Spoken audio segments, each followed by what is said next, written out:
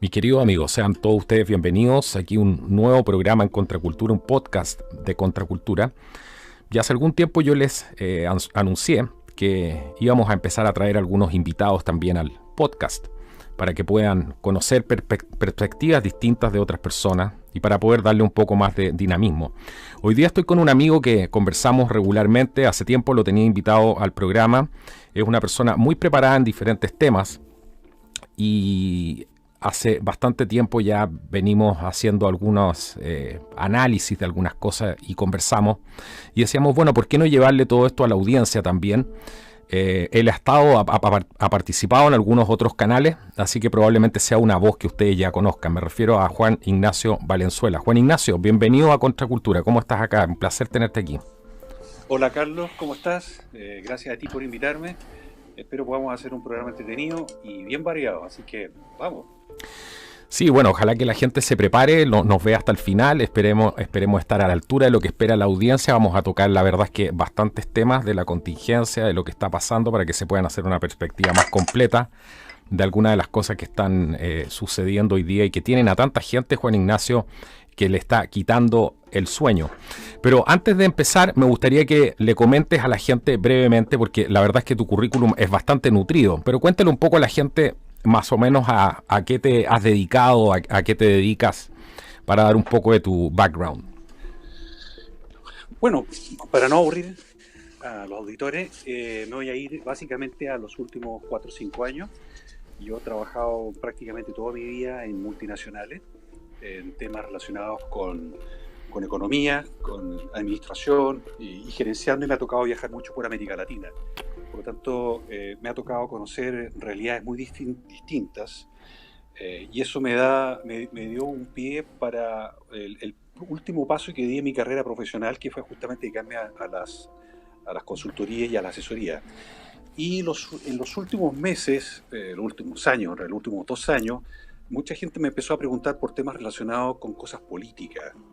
Y tuve que empezar a estudiar historia y entender un poco más la política y la relación que tiene que ver con la economía. Y eso me permitió entender un aspecto que no me había dado cuenta durante muchos años, que a propósito de las preguntas de los clientes me llevaron incluso a conversar contigo y con otros canales y darle mi opinión con respecto a algunos temas que son bien complejos.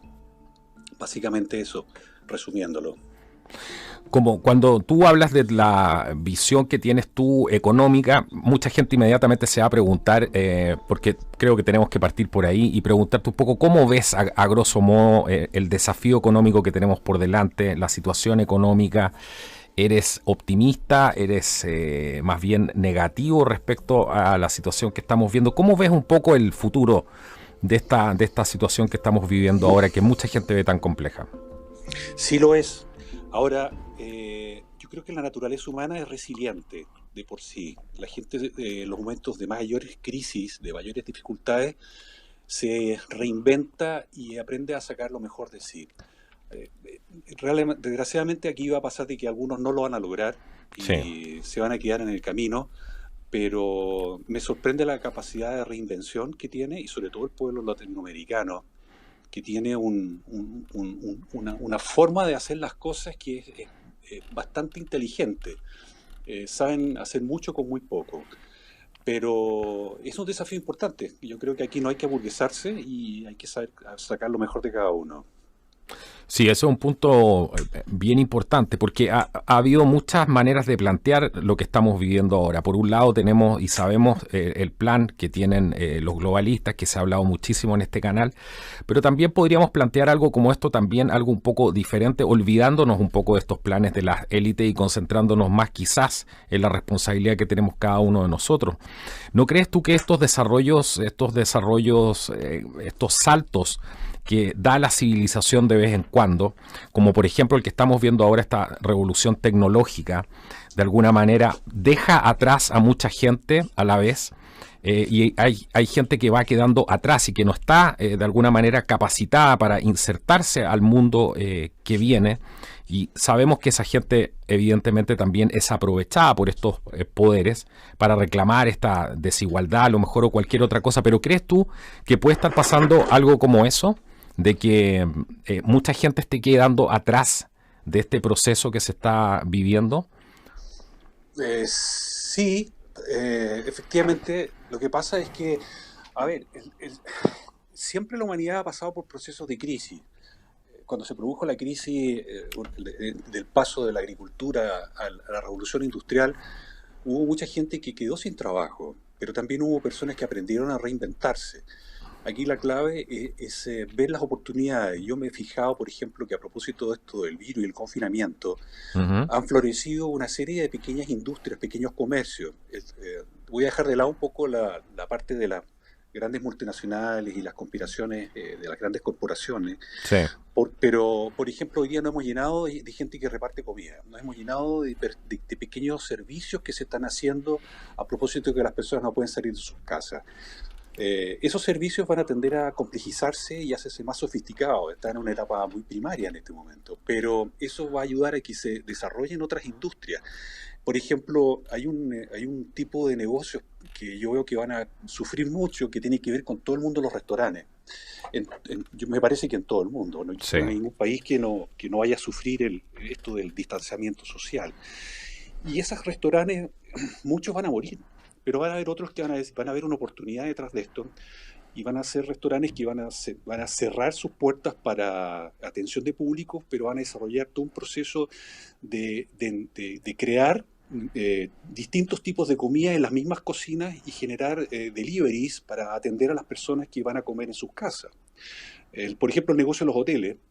Hay muchos hoteles que en este momento están totalmente mal por el hecho de que no hay turistas. Y hay hoteles que en este momento están cambiando su estructura y su lógica de negocio hacia hacer, por ejemplo, lugares donde las personas que están en confinamiento puedan irse a trabajar a esos lugares. Entonces, está un señor que tiene a su mamá enferma, por ejemplo, y no puede estar con ella en la casa porque la puede contagiar. Bueno, los hoteles se han reconvertido para dar ese tipo de servicio. Entonces, muchas cosas van a cambiar dentro de los próximos meses y eso va a hacer que las cosas cambien. El mismo negocio de los aviones. El negocio de los aviones, la gente va a viajar menos. Entonces, ¿qué va a pasar con los aviones? Bueno, el negocio de los aviones va a tener que cambiar y dedicarse mucho más al negocio de la carga y por ahí también van a tener que subsistir en base a eso. Tal vez van a tener mejores márgenes, pero van a tener que usar menos aviones, de tal forma de que el negocio pueda subsistir y una vez que esto se normalice, volvamos a la, entre comillas, normalidad que tuvimos antes. Que yo claro. creo que esto va a durar por lo menos 24 meses, es mi sensación. Sí, bueno, el panorama es bastante incierto con respecto a eso porque tú sabes que aquí esto es igual que una sopa donde hay metidas muchísimas cosas y dentro de ellas tenemos el tema de estas medidas también algo draconianas que se están tomando y que se contradicen con muchas de las opiniones de doctores, de expertos en el área, que no son principalmente gente de las grandes corporaciones farmacéuticas o no pertenecen a la OMS y hablan de que evidentemente esto no debería ser para tanto, si bien el virus es real, pero el problema que hay es que, y que lo ven ellos así al menos, es que las medidas que se están tomando están apuntando hacia otro lado, acabar con la economía. Hemos visto lo que ha pasado en Estados Unidos, por ejemplo, el mayor logro de Trump sin duda, entre muchos otros, era el tema de la economía y hemos visto cómo hoy día está pasándolo mal por ese tema. ¿No crees tú que esto también nos va a afectar de una manera mucho mayor en el hecho de poder volver a retomar una normalidad que la gente a veces cada vez tiene menos confianza en que se pueda retomar esa normalidad? Mira, ayer apareció un artículo, antes de ayer apareció un artículo en el Fortune y se le pidió a las 500 mayores empresas de Estados Unidos, las principales empresas norteamericanas que opinaran sobre varias preguntas. Específicamente me quiero referir a una de ellas, donde se les preguntó lo siguiente: ¿en qué momento los empleados de su organización van a poder volver a trabajar a su organización? El 100% de ellos. ¿Cuándo va a poder restaurar el trabajo de todos ellos? Ujú. Prácticamente un 25% de las empresas dijeron nunca. Eso es dramático. Porque Claro. eso significa en la práctica que van a haber empresas grandes, pequeñas y medianas que nunca van a restaurar el 100% de sus empleos. Algunas ya quebraron, otras aprendieron a trabajar con menos gente, otras empezaron a trabajar con personal a distancia. Entonces, claramente, este cisma que se está produciendo, independiente de que el virus fue creado o no fue creado, que fue en China o fue en Canadá o no tengo idea dónde, ha generado una presión económica planetaria que ha hecho que estemos sufriendo todos. Así que aquí no hay nadie que diga, a mí no me pasa nada. Claro.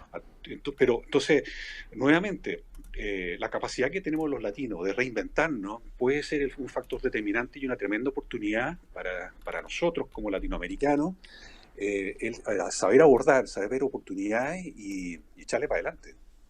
Claro, sin ninguna duda. Ahora, el gran temor, y lo que me pasa a mí personalmente con lo que dices tú, que estoy de acuerdo, pero el gran problema es que mucha gente siente que de la manera en que se está abordando este virus, que no se está abordando con tratamientos ni nada por el estilo, sino que más bien se está todo llevando hacia el control totalitario, hacia la pérdida de las libertades y también la pérdida de las libertades por sobre nuestro propio cuerpo.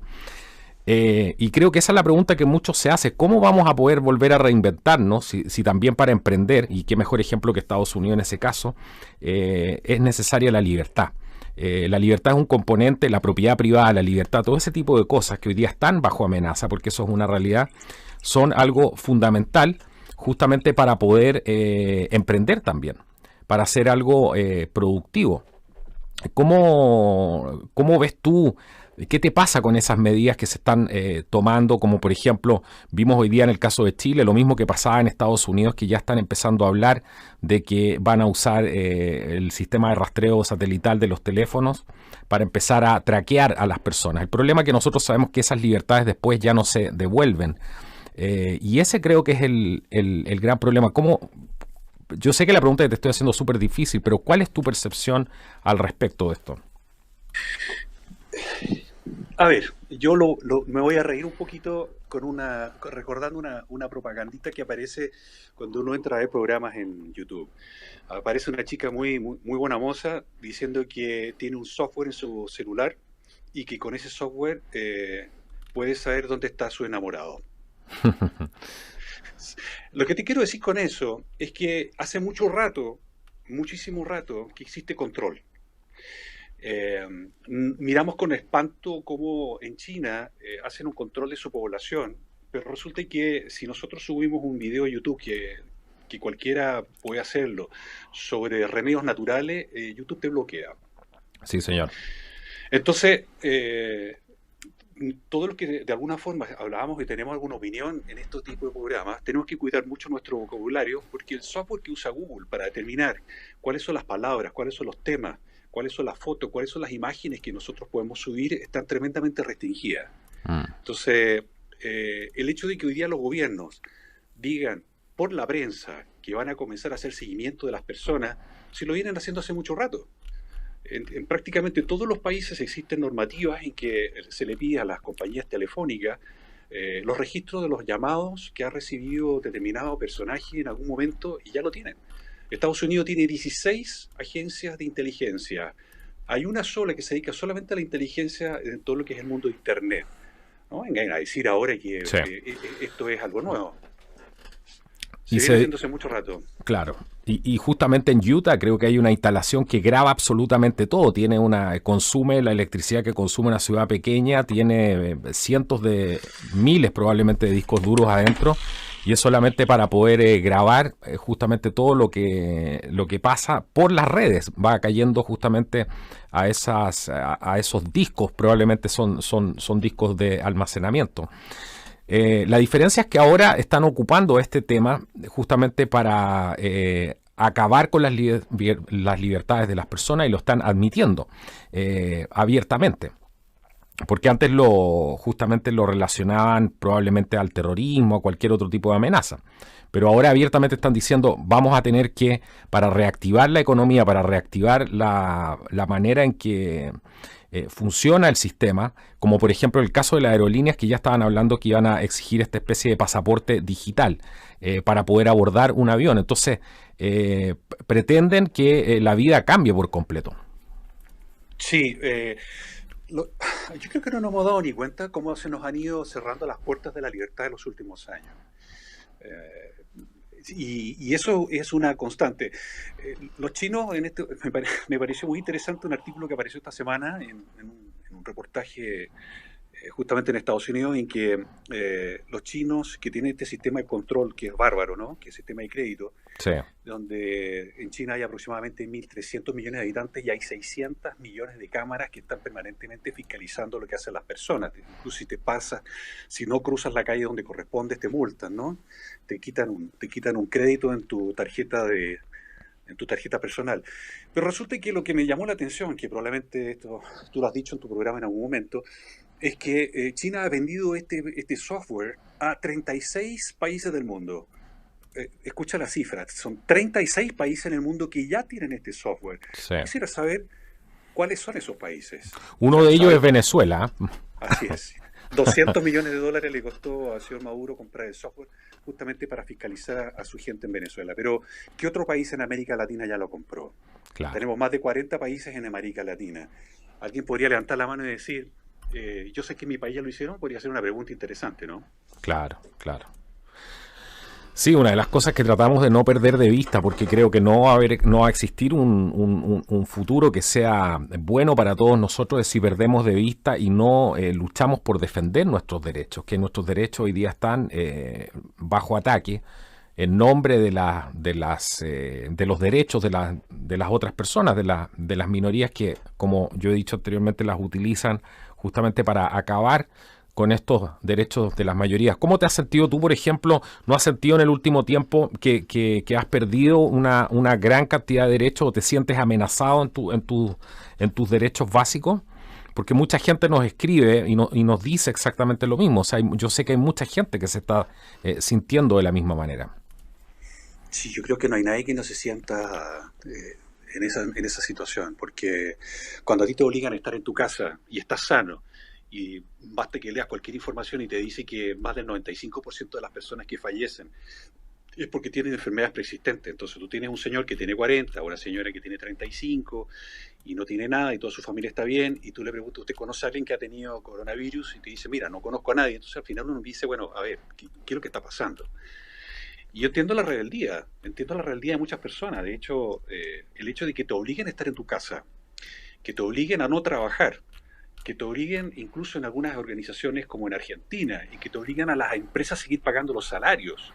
Y uno dice, Imagínate. pero Claro. ¿de qué me estás hablando? O sea, me obligas a pagar impuestos, me obligas a no trabajar, a no abrir mi negocio, o sea, y además me obligas a estar en casa. Y además te invaden con una cantidad de información a través de los medios de comunicación que están totalmente izquierdizados, con información falsa, de cosas que uno si lo escarba un poco no te hace sentido. Entonces, claro, uno dice, me siento enjaulado. Ahora, esto ha sido para mí una prueba fantástica en términos de control poblacional, porque sin haber disparado un solo tiro, tienes a todo el planeta encerrado en su casa. Impresionante, no, absolutamente impresionante.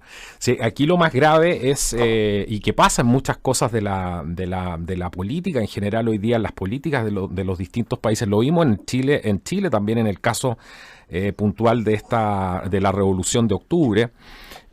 Vimos este tema de que se empiezan a tomar medidas para paliar las supuestas consecuencias de ciertas acciones o ciertos problemas que se suscitan, pero no se investigan las causas.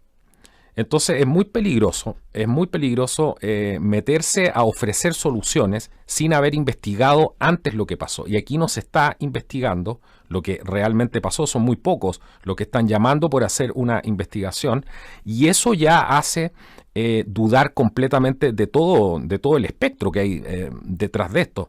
Porque, ¿por qué no se quiere investigar? ¿Por qué siguen protegiendo a China? ¿Por qué no ha salido todavía, por ejemplo, el señor Tedros si todo el mundo sabe y rechaza su gestión, tiene una gran cantidad de rechazo por encuestas que han salido, etcétera? Entonces, a mí me parece, no sé cómo lo ves tú, pero a mí me parece muy peligroso el tema de que no se investigue qué fue lo que pasó antes de tomar algún tipo de medida al respecto. Perdona, mencionaste muchas cosas. ¿Por dónde te gustaría que me fuera? ¿Por la OMS, por Chile, por la investigación en Chile? No, en general, que no se investiga antes de tomar decisiones. Entonces, aquí nos están diciendo que nos tenemos que poner una vacuna, que tenemos que hacer una serie de cosas, que tenemos que estar encerrados en la casa, pero no se investiga, el mainstream no investiga qué fue lo que aquí realmente pasó y parece no le interesarle en lo más mínimo. Ese es el punto. A ver, hay una situación que yo la voy a responder indirectamente. En Estados Unidos, hace unos 40 años atrás, más o menos, las tabacaleras le pidieron a un grupo de personas, a un grupo de investigadores que hicieran una investigación sobre el daño del tabaco. Hasta ese momento todo el mundo fumaba y no había ningún problema, se fumaba en público. Probablemente algunas de las personas que están escuchando aquí se van a horrorizar de saber que en los aviones se podía fumar. Sí, claro. Y después en algún momento se le pedía a las personas que fumaran en la parte de atrás, era la zona de fumadores en los aviones. Claro. Y resulta que este investigador terminó terminó el estudio y detectó que efectivamente el tabaco era dañino, era malsano. Bueno, le entregó este informe a las tabacaleras y las tabacaleras le dijeron, ya, muchas gracias, aquí está su remuneración por haber hecho esto y punto. El tipo se dio cuenta al poco tiempo que esto no salió a la luz pública y fue a las compañías, a los periódicos y a los medios de comunicación a informar.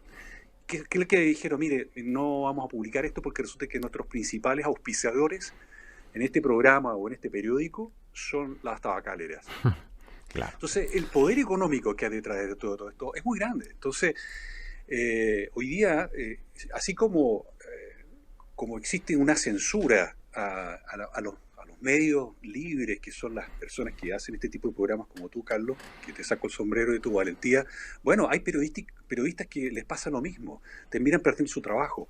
Hay médicos que abren la boca y cuentan la verdad y lo censuran, pierden su trabajo. Entonces, existe una cantidad de dinero en el mundo muy grande justamente para ocultar cosas. Entonces, para alguien que alguien de la calle que está escuchando el programa, saber exactamente qué está sucediendo es muy difícil, porque le censuran los canales y le censuran los programas a cualquier persona que lo publica. Entonces, es muy difícil. Si nosotros escarbamos un poco en la OMS y nos damos cuenta que hace 20 años atrás la OMS era una empresa, era una organización multipaís, ¿Multinacional? No era multinacional, era una organización multilateral, esa es la palabra. Uh-huh. Y resulta que cuando asumió una expresidente de un país nórdico, que tuvo una ambición de hacer de la OMS una cosa más grande, más sofisticada, pidió recursos adicionales a los países, se la negaron. Entonces ella comenzó a pedir dinero a distintas organizaciones y así apareció la Fundación Gates. Sí. Hoy día el 80% del presupuesto de la OMS proviene de laboratorios. Entonces, y estos laboratorios buscan exactamente que se hagan lo que ellos quieren. Entonces, en la pandemia del SARS, que fue declarado pandemia, en la pandemia del virus aviar, de la gripe aviar, donde murieron 300 personas, se declaró pandemia universal. Obligaron a las multinacionales que estaban ahí a que millones de países y millones de personas compraran el Tamiflu. Y el Tamiflu, solamente en Francia se compraron 100 millones de dosis, se ocuparon 5, y resulta que en Francia, ¿cuánto hay? 60, 70 millones de personas y se compraron 100 millones de dosis. El resto se perdió. O sea, ahí te das cuenta cuál es el poder económico que hay detrás. O sea, cuando uno habla de OMS, cuando uno habla de Tedros, uno está hablando en el fondo de grandes poderes económicos en el mundo que están manejando y están sustentando la información para que nosotros la digiramos de cierta forma. Claro. Y eso es muy delicado, porque para nosotros nos cuesta mucho tomar decisiones si no estamos informados. Exactamente, claro, y algo tan complejo como la Organización Mundial de la Salud no debería tener, algunos entes privados por un tema ético deberían estar fuera quizás, pero no es así, pues. Como bien tú dices, la mayoría de los financistas actuales de la OMS justamente son empresas privadas, son el Big Pharma, las grandes corporaciones que tienen sus intereses muy marcados. Y eso no va a cambiar a menos que la gente exija un cambio y esto realmente se investiga, pues yo te aseguro que esto se investiga y esta gente sale trasquilada, porque aquí hay muchos esqueletos en el closet al respecto de toda esta situación. En general yo creo que hay mucha gente que sabe y no habla por miedo que le pase algo en su trabajo, que le pase algo en su familia. La gente cuida en el fondo de su espacio. Los amenazan. incluso de repente aparecen periodistas que hablan cosas y mueren de causas naturales extrañas. Entonces uno dice, bueno, ¿por qué? Sí. Mira, en el caso de Chile, justo lo hablaba con una amiga el otro día, que le mando un saludo porque se va a dar cuenta de quién estoy hablando, y hablábamos lo mismo. Ella dirige una fundación y me decía, los doctores hablan conmigo, saben que esto no está bien, la narrativa que están dando frente a este tema. Se dan cuenta que aquí hay algo raro, pero no se atreven a hablar.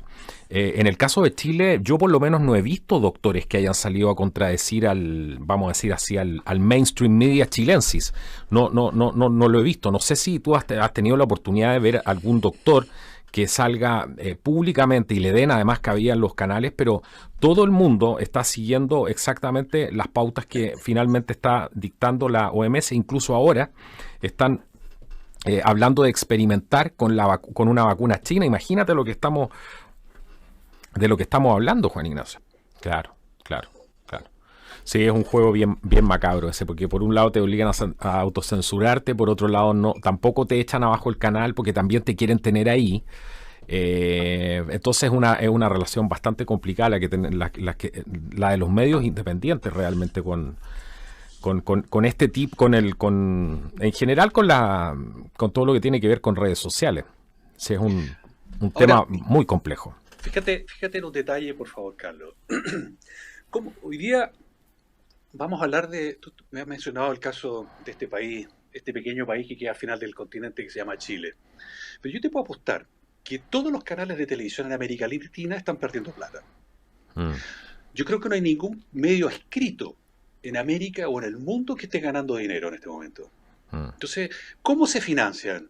En el mundo existen 7 grandes consorcios que se dedican a manejar el planeta. Entonces, basta que aparezca una organización importante, internacional, después las podemos conversar cuáles son, porque todo el mundo las conoce, y le dice al periódico, mire, ¿sabe que yo le voy a comprar a usted un aviso para el próximo domingo? Y lo voy a pagar $3 millones. Mm. Con $3 millones, claramente cambia la aguja del negocio y de perder plata ese mes termina ganando. Pero le piden el favor, que el aviso va a ser de tales características, le pagan a un periodista para que publique información que ya está predigerida y prescrita, lo único que hace el periodista es firmarla, y se edita y se entrega para que se publique. Entonces, tú tienes como grandes corporaciones internacionales se han inmiscuido a manejar la información y aquellas cosas que van en contra de sus intereses no te las pueden publicar. Claro, claro. Y se nota en la narrativa, porque por eso mismo la gente se queja, porque dice todos repiten lo mismo. Y es verdad, tú ves desde los canales alemanes, pasando por la BBC y después te das una vuelta por España y sigues hacia el cono sur el fondo de América Latina y después te vas hasta CNN en Estados Unidos y Canadá incluso, todos transmiten lo mismo, es la misma historia. Entonces eso es una señal evidente de que los consorcios están siendo manejados. El problema es que todavía hay mucha gente que cree en esto y cree que eso es verdad. Y porque por el hecho de que sale en la televisión, y con esto no estamos diciendo que nosotros tengamos la verdad, sí, lo importante es que la gente investigue y haga tome esto como referencia y ojalá ni nos crean, ojalá que hagan su trabajo de investigación. Pero mucha gente se queda simplemente con lo que escuchan, sea del lado que sea, y ya sabiendo la cantidad la poca credibilidad que tienen estas compañías, por lo mismo que decías tú, de que son manejadas y la gente se da cuenta que son manejadas. Si el problema es ese al final, que hay mucha gente que todavía cree que es verdad lo que sale en la televisión. Sí, Están mira, acostumbrados a eso. hay un tema que es interesante que yo creo que no mucha gente lo ha visto todavía hoy. Apareció en prensa hoy que una empresa china compró un porcentaje de la Warner Music. Esta misma empresa china ya compró el 9% de Spotify y de Universal. Entonces uno dice, a ver, párate un poco a pensar en lo siguiente, porque yo quiero enseñarle un poco a las personas a que hagan lo que tú estás diciendo, porque de repente uno dice, bueno, ¿cómo investigo? Mm, Bueno, esto significa leer un poco más y no quedarse con la primera información. Si nosotros vemos que la misma semana en otro medio de comunicación, en China se declaró que el 40% de la población en China gana menos de $100. estamos hablando de más de 500 millones de personas que ganan menos de $100. Mm. O sea, es prácticamente un nivel de sueldo que no alcanza ni para vivir. Y sin embargo, estamos hablando de más de 500 millones de personas. Entonces, ¿por qué una empresa china compra medios de comunicación extranjeros? O sea, aparte de todo el problema que tenemos de este otro lado del mundo, en que tenemos grandes corporaciones adueñándose los medios de comunicación, también tenemos el influjo de gobiernos dentro de las comunicaciones en el mundo occidental. Estados Unidos tiene la posibilidad de exportar a China 50 películas al año. Pero para poder entrar al mercado chino, que es un mercado colosal en términos de corte de boleto, Sí. los chinos dicen, bueno, pero yo elijo los temas, y aquellos temas que no son apropiados, Es clave no lo que dejan tú estás entrar. diciendo. Exacto. Es clave lo que tú estás Entonces, ¿qué diciendo. pasa? Una película que es maravillosa, hecha en Hollywood, donde de repente no puede aparecer un chino un poquito malo, ¿no? Que haga algo malo, esa película no va a entrar. Entonces terminan autocensurándose en Hollywood, colocando películas donde los chinos son los buenos, para poder entrar al mercado chino y ganar plata. Sí. Y lo Entonces, divertido es que Hollywood también está medio en manos de los chinos también. entonces, Claro. claro, entonces, bueno, ¿quién es el malo y quién es el bueno acá? Entonces, al final, uno se empieza a dar cuenta que estamos solos. Sí, es que eso que tú dices es súper importante, yo lo he mencionado en varios programas acá, es el tema de la subversión ideológica, de que quien exporta la subversión, él la exporta y no tiene problema, pero él no deja que entre que entre subversión a su propio país o algo que haga pensar o que haga que la gente pueda tomar conciencia más allá de cómo funcionan las cosas en otra parte del mundo. Es lo mismo que pasaba en Cuba, que me decía un amigo cubano, me decía, nosotros no nos dejaban usar ropa en Cuba que tuviera alguna referencia a Estados Unidos en cierto tiempo. Entonces ahí tú te das cuenta cómo es el manejo, y mucha gente no se da cuenta que nosotros ya estamos en guerra. Lo que pasa es que no hemos llegado al estado probablemente de ver los bombardeos, de los aviones. Las guerras hoy día son muy distintas a como eran antes, pero es parte de la guerra de la información, todo eso que estamos viviendo.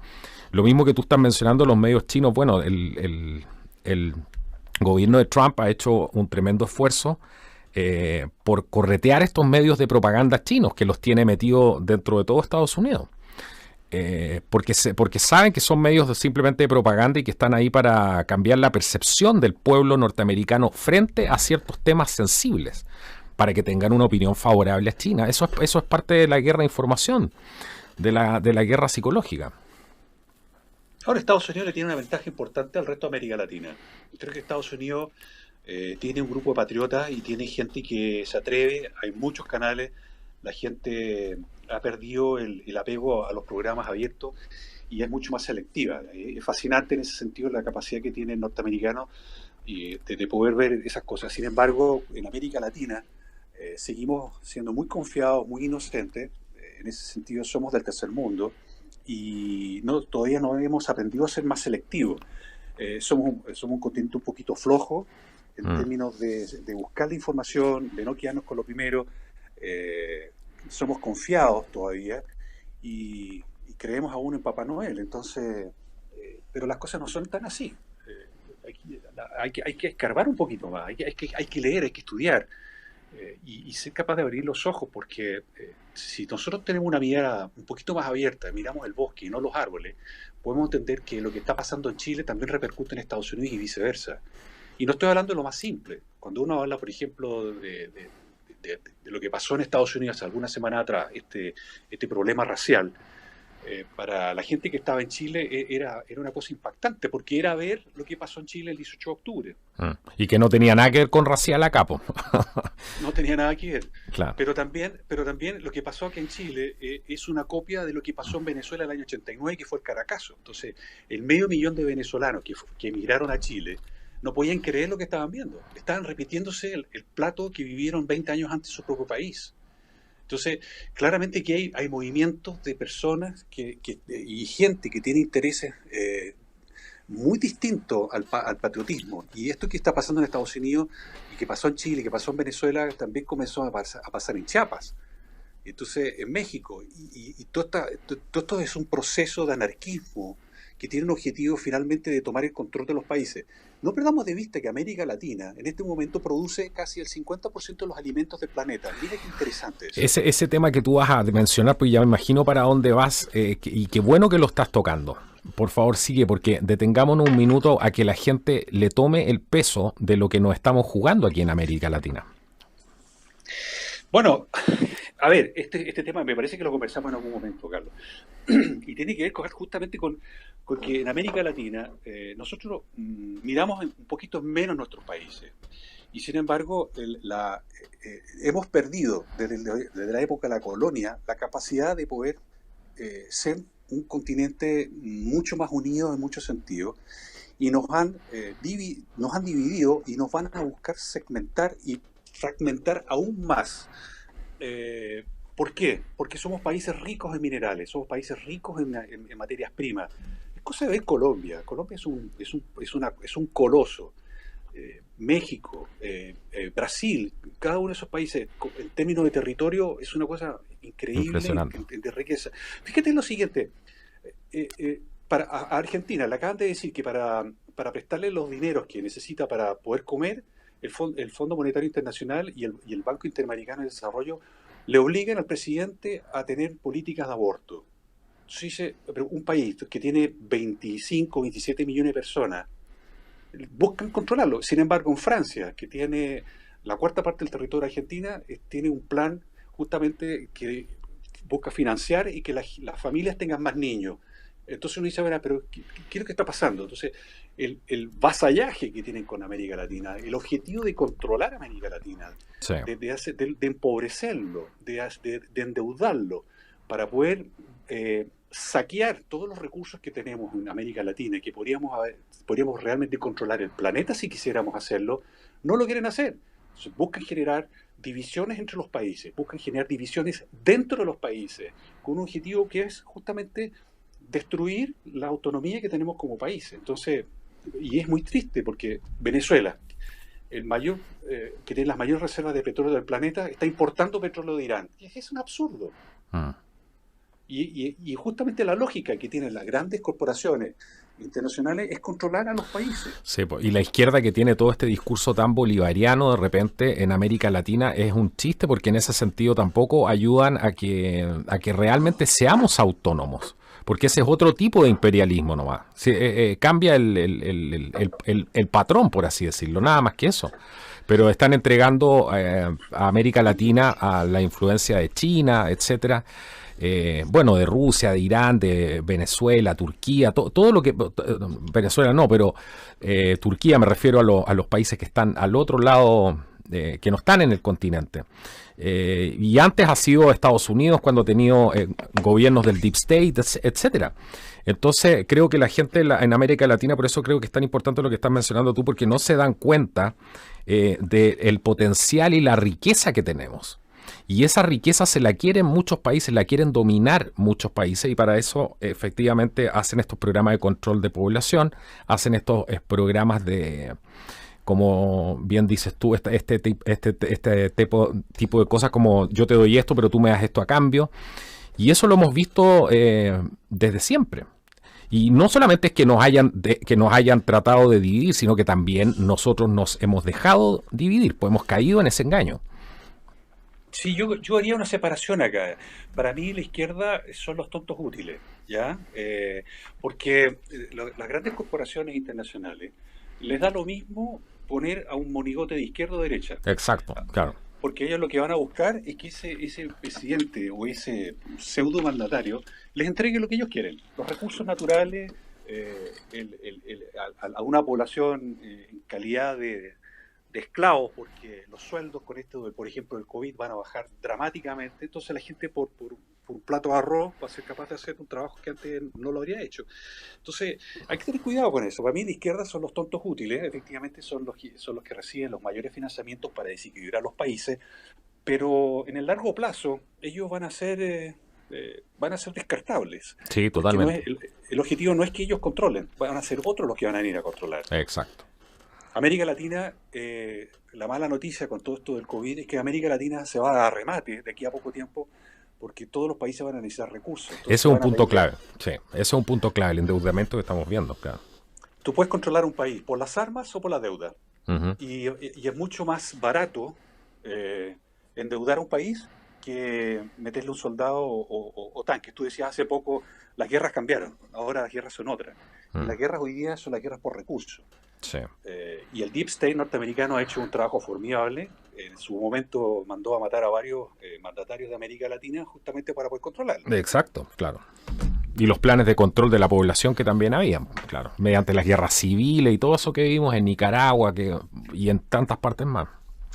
Exactamente. Bueno, la gente ahí, los auditores pueden ver el NSSM 200 de Henry Kissinger del año 1974, que se desclasificó 20 años después, que justamente lo que querían era controlar la población y los targets eran México y Brasil y Colombia, que eran los Sí, países que eventualmente podrían ensuciar a la raza norteamericana si se les colaba por el patio de atrás. claro. Muchos de Prácticamente los la laboratorios. solución de ello era que nos termináramos matando entre nosotros, simplemente. Claro. Hay una película muy buena ahí, Carlos, que no sé si tú la viste, una película boliviana que se llama eh, el Cóndor, o algo así, el Cóndor de los Andes, me parece, ¿Ya? y justamente relata Sangre de Cóndores. Es una película boliviana que justamente relata que un grupo de médicos y enfermeras norteamericanos llegaron a un poblado en Estados Unidos, por ahí por la década del 70, y los, en este poblado de indios bolivianos se percataron de que cada vez que las mujeres iban, pasaban por controles médicos y ginecológicos, ellas nunca más podían parir. Claro. La película relata cómo mataron a estos señores, estos bolivianos mataron a los médicos y a enfermeras norteamericanas. Entonces, ha sido muy grave y lleva muchos años en esto. Sí. Sí, no, es súper complicado. Y ahora estamos viendo, bueno, esta nueva estrategia que también mucha gente desconoce, que es el tema de estas revoluciones de colores, que ahora ha llegado a Estados Unidos después de haber pasado por aquí, por Chile, haber hecho un intento fallido en Colombia. Todo a propósito de estas protestas y disturbios que se dieron a partir del 25 de mayo, con un intento incluso de asalto a la Casa Blanca. Algo muy parecido a lo que nosotros vivimos aquí vivió la gente en Chile, en realidad, todos, y la gente de América Latina y otras partes del mundo miraba y decía, ¿cómo es posible que la gente quiera quemar su propio país? Y ahora ha llegado también a Estados Unidos. ¿Qué te parece esta situación que has podido sacar? ¿Qué te llama la atención de todo lo que con la experiencia que uno ya va teniendo en este tipo de cosas, en estas revoluciones de colores? Sí. A ver, estas cosas no son espontáneas, primero que nada. Segundo, se buscan generar simpatía sobre ciertas causas, que donde todo el mundo, al final uno, obviamente es imposible que uno no tenga simpatía por una persona que por un mal procedimiento policial terminó muerta. Uh-huh. Efectivamente hay un culpable y hay una víctima. Pero esto no es la primera vez que pasa. Si uno hace y escarba la historia norteamericana, esto viene sucediendo y pasó con el gobierno de Obama en California y pasó en otros gobiernos previamente. Entonces, ¿por qué ahora? Entonces uno dice, pero ¿por qué ahora se produce este nivel de enfrentamiento en forma tan dramática? Los videos que uno ve, efectivamente, ve gente en las calles pacíficamente, pero lo que uno más ve es como una tienda de venta de vehículos en California fueron saqueados y quemados decenas de vehículos. Entonces dice, bueno, ¿qué tiene que ver la muerte de un señor con quemar vehículos o asaltar un supermercado? Entonces, al final uno dice, bueno, a ver, espera, para la película un poco, déjame entender qué es lo que está pasando. Sí. Y en ese parar la película y tratar de entender, uno se empieza a dar cuenta que detrás de esto hay raíces. Uno dice, hay financiamientos, hay objetivos, hay personas, hay jerarquías, hay estructuras. ¿Cómo es posible que gente en distintas ciudades en Estados Unidos haya salido al mismo momento a decir algo? ¿Cómo es posible que hayan habido chinos que no saben hablar inglés que hayan estado tirando piedras en la Casa Blanca? ¿Cómo es posible que hayan habido cubanos y venezolanos participando en las marchas y que llegaron de visita? Entonces uno dice, bueno, a ver, paremos la película un poco, analicemos cómo está compuesta esta torta. Otro punto ahí importante también es el tema de que se copió el mismo modelo que en Chile. ¿Te acuerdas que llevaban gente de otros lugares para hacer las protestas en otras ciudades, cosa que pudieran destruir efectivamente? Ese tema es clave porque la gente en Minnesota de repente decía, oye, pero estas personas no son de acá. Y no entendían el por qué no eran de ahí. Bueno, no son de ahí porque obviamente los llevan de otro lugar para que destrocen, porque la gente de ahí no va a destrozar su propia panadería, no va a destrozar su propio supermercado, pero otra persona que no tiene apego y que no usa esos servicios a diario no tiene ningún problema en hacerlo. Exactamente. Bueno, eso de que las personas son trasladadas. Chile es un país que tiene, perdóname Carlos, se me olvida, creo que son 4.000, 5.000 kilómetros de largo, es una cosa bastante grande. Sí. Y de repente se encontraban con personas que estaban haciendo manifestaciones al otro extremo del país, o sea, un pasaje en avión, lo que te cueste llegar ahí.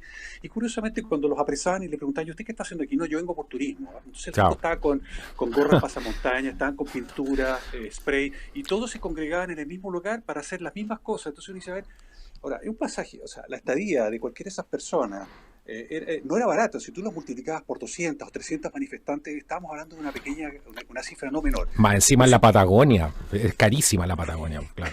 Claro. Entonces uno dice, bueno, viste que aquí ya se ha destapado, por ejemplo, estas marchas de ciclistas. A cada ciclista le pasaban $25. Entonces se reunían 500, 600 ciclistas para salir a la calle. Entonces uno dice, pero ¿de dónde sale este dinero? ¿Quién lo paga y por qué? Cuando a los tipos que salen a las manifestaciones y que comenzaron a romper las calles, a pintar las esculturas, porque todo, para más de alguien en Estados Unidos dirá, pero si es lo mismo que pasó en Estados Unidos. Bueno, exactamente, es lo mismo que pasa en Estados Unidos. Claro. Aquí en Chile pasaba. Bueno, a esos tipos le pagan $75 por salir a diario y están todo el día tirando piedras, hacían boleadoras con rocas para tirárselas a los policías. Y si eran capaces de romper, por ejemplo, quemar una iglesia, se quemaron más de 120 iglesias, se quemaron en 6 meses.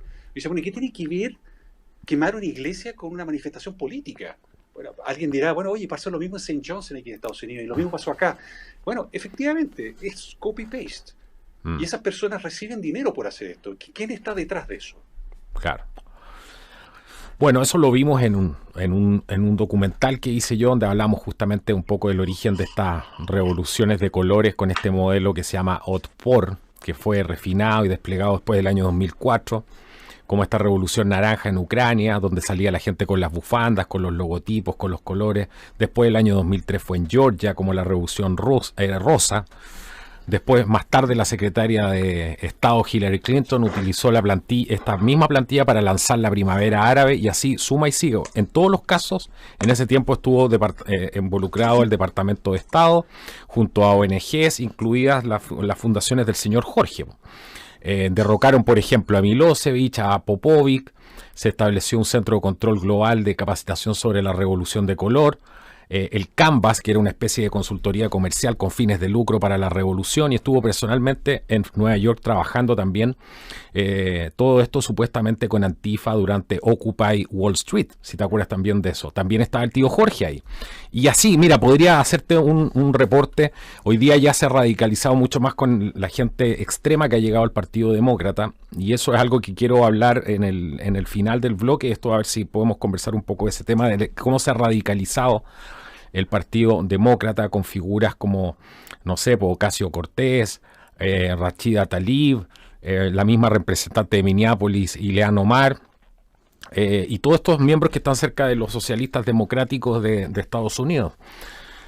Y es un tema bien complejo, porque todo esto está, como bien tú decías, ¿quién mueve el dinero? ¿Dónde está la plata? Y todo comenzó en el año 2013 con este movimiento de Black Lives Matter, con 3 amigos que se juntaron. Y bueno, toda esta gente ha recibido estos financiamientos. No quiero entrar en más detalle de los nexos con el Partido Comunista, etcétera, pero si tú escarbas detrás, te encuentras siempre con los mismos actores, estas ONG, los socialistas que están con la intención de hacer esta revolución, y a los globalistas que también les conviene esto, y los integrantes que aún en Estados Unidos no hablan mucho de eso, los integrantes del Foro de Sao Paulo, que nosotros los conocemos tan bien y que también se han visto allá involucrados en las protestas y lo han identificado claramente. Así es. Bueno, el Foro de Sao Paulo en América Latina hizo una reunión en Colombia hace unas 3 semanas y se filtró el audio sobre el proyecto que ellos quieren. Y, resumiendo los casi 20 minutos, 21 minutos del audio Ujú. que se destapó, en el fondo es la toma del control de los países a través de revoluciones que se van a hacer en cualquier país en América Latina. O sea, las instrucciones son llegar al poder a como dé lugar, porque a través de las urnas no lo van a poder hacer. No. Entonces lo van a hacer a la fuerza. Y a Ujú. la fuerza, lamentablemente, la vamos a pasar muy mal. Mm. Yo creo que en ese sentido, los norteamericanos patriotas y los que todavía entienden lo que es ser norteamericano, que no se han dejado de alguna manera subvertir por estos valores importados hacia Estados Unidos, porque no tienen nada que ver con la cultura norteamericana, pero la gente que tiene los pies bien puestos en la tierra, yo creo que se cansó y de ver el nivel de destrucción y ver también a lo que es capaz de llegar la izquierda radical. Yo estoy viendo un movimiento que se está generando muy fuerte en contra de esto. Hoy día lo hablaba con una amiga también, que estoy seguro, y le mando saludos porque hablábamos hoy día en la tarde con una amiga de Georgia justamente, y hablábamos también de esto, de que en Estados Unidos la gente en general no está acostumbrada a ver ese nivel de destrucción. Como lo que, por ejemplo, esta misma formación de este pseudo país ahí en eh, Chas, que ahora se llama Chop, ahí en estas 6 cuadras que se tomaron ahí en Seattle, es algo, mucha gente se ha dado cuenta hasta dónde son capaces de llegar.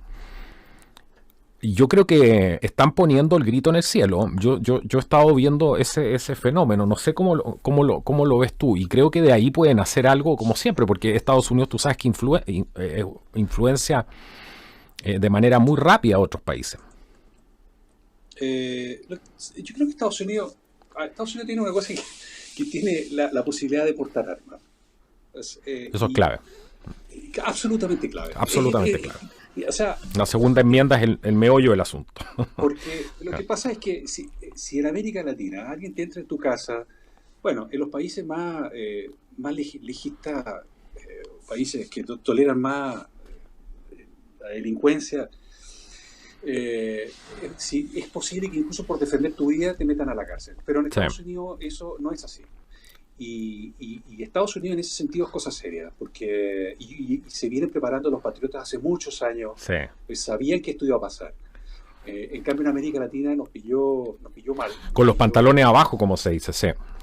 nos pilló con los pantalones abajo. Porque esto está más arreglado que mesa de cumpleaños. Sí. Hace mucho, esto está muy, muy arreglado y se ha operado con una inocencia que no tiene nombre, con presidentes de izquierda y con presidentes globalistas como Piñera, donde él ha permitido que ingrese la ONU a administrar el país y no ha sido capaz de tener una posición un poco más dura, más seria y saber enfrentar esto.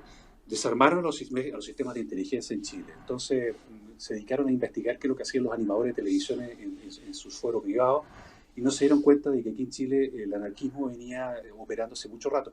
En las manifestaciones han aparecido banderas del Sendero Luminoso, Imagínate. han aparecido banderas del ejército zapatista mexicano. Entonces dice, ay, perdón, ¿qué tiene que ver México? ¿Qué tiene que ver Perú con Chile? Aquí sí, han estado reclutando en las zonas periféricas, las zonas más pobres de Chile, de Santiago en general, han estado reclutando chicos los últimos 15 años. Sí. O sea, esto que pasó ahora no es una casualidad. Piensa tú que este aumento del pasaje del metro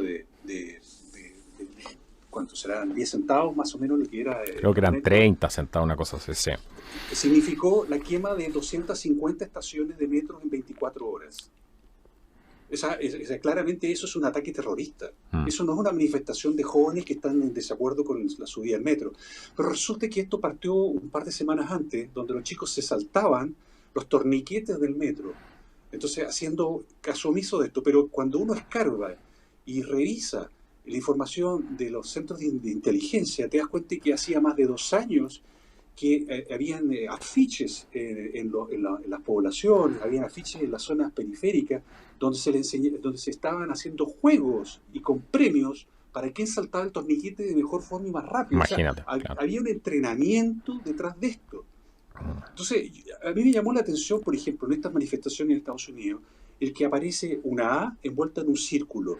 Esos son símbolos anarquistas. Mm. O sea, detrás de esto existe una marca, una huella, una firma que está Sí. claramente identificable. Mm. Sí, que no tienen ninguna vergüenza en mostrar. También vimos lo mismo en Estados Unidos, se aparecían hasta las banderas, las banderas mapuches, aparecían allí y una serie de cosas más. Trataron de hacer lo mismo en el metro de Nueva York, parece que no les funcionó, pero también trataron de hacer el mismo tema y siempre vemos lo mismo, o sea, siempre vemos el mismo patrón que se va repitiendo, que estas son cosas sumamente sofisticadas. Este es un nuevo tipo de guerra y la gente lamentablemente tiene que ir tomando conciencia, porque nuestras libertades están en peligro, nuestro modo de vida está en peligro, por gente que ya no quiere dialogar, por gente que no quiere participar de una democracia, por gente que no tiene ningún interés y que se han radicalizado. Y ese es el gran peligro que vemos justamente ahora. Juan Ignacio, yo quiero agradecerte por haber participado en el programa, ya estamos más o menos en la hora. Sé que además estás con poca batería ahí, así que vamos a tratar de que no se nos corte en medio del programa. Yo te quiero agradecer por haber sido el primer invitado aquí en el podcast de Contracultura. Así que gracias por haberme dado esa oportunidad y darle esa oportunidad también a los auditores de disfrutar un poco de tu presencia y también de aprender un poco con tus conocimientos. Te dejo la invitación abierta para que participes de nuevo en el programa, porque son muchas las cosas que podríamos conversar, pero el tiempo es limitado. Yo no sé si que le quieres dejar algún mensaje a la gente que nos acompaña el día de hoy aquí, para que nos vayamos despidiendo. Sí, primero que nada, muchas gracias, Carlos. Y efectivamente, dos mensajes. La primera, no se queden con la primera información, sean capaces de revisar y sean escépticos con respecto a lo que se les entrega. Y segundo, aprendan a leer ciertos mensajes que aparentemente pasan inadvertidos. En Chile y en otros países esto se pudo ver de antes. Habían dibujos en las calles, había toda una fórmula de presentar ciertos mensajes en lo que son las pinturas que se realizan en la vía pública. Esos mensajes son mensajes muy fuertes desde un punto de vista filosófico y político. Aprendan a leerlo. Hay signos que son potentes. Y les voy a dejar una tarea. La E de Biden, esa E que no tiene la barra horizontal, tiene un significado anarquista. Búsquenla. ¿De qué se trata? Después conversamos. Muy buen punto ese. Muy buen punto. Juan Ignacio, yo sé que tú estás con un proyecto, entre todos tus proyectos, estás con un proyecto, un canal nuevo en YouTube que lo acabas de inaugurar esta semana, creo, la semana pasada, entre esta semana y la semana pasada. Así que por favor, dile a la gente dónde te puede encontrar, cómo te puede encontrar, cómo te pueden apoyar, etcétera. Sí, mira, el canal se llama Latin Markets, en mayúscula y todo junto. Y el objetivo de ese canal es justamente tirar un tema duro a la semana, en términos de reportajes relacionados con temas económicos, o temas financieros, o temas de marketing, o nuevos proyectos, siempre la onda comercial, pero también ser un micrófono a aquellas personas que tengan algo que contar con respecto a un negocio nuevo. La idea es pasarle el micrófono, entrevistarlo, que lo cuente, que lo escuche el resto de América Latina, y en una de esas podemos hacer un negocio entretenido donde él puede vender su proyecto, su idea, y alguien de América Latina puede comprarle sus cosas y ir generando vínculos. Creo que en este periodo donde va a aumentar tanto el desempleo, tenemos que utilizar todos los mecanismos posibles para unir fuerzas y no hundirnos, y usar nuestra inteligencia, invitarlos a eso. Entonces, te encuentran en Latin Markets, ¿cierto? Latin Markets, ese es un canal de YouTube. Perfecto. Ahí hay algo.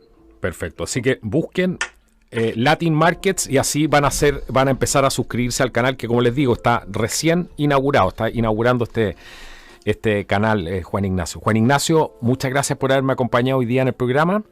Gracias a ti, Carlos. No, muchas gracias. Y a los amigos decirles, quédense conectados para otros programas. Si no me han visto muy conectado en el canal, está todo bien. Sigo en mi estudio como siempre.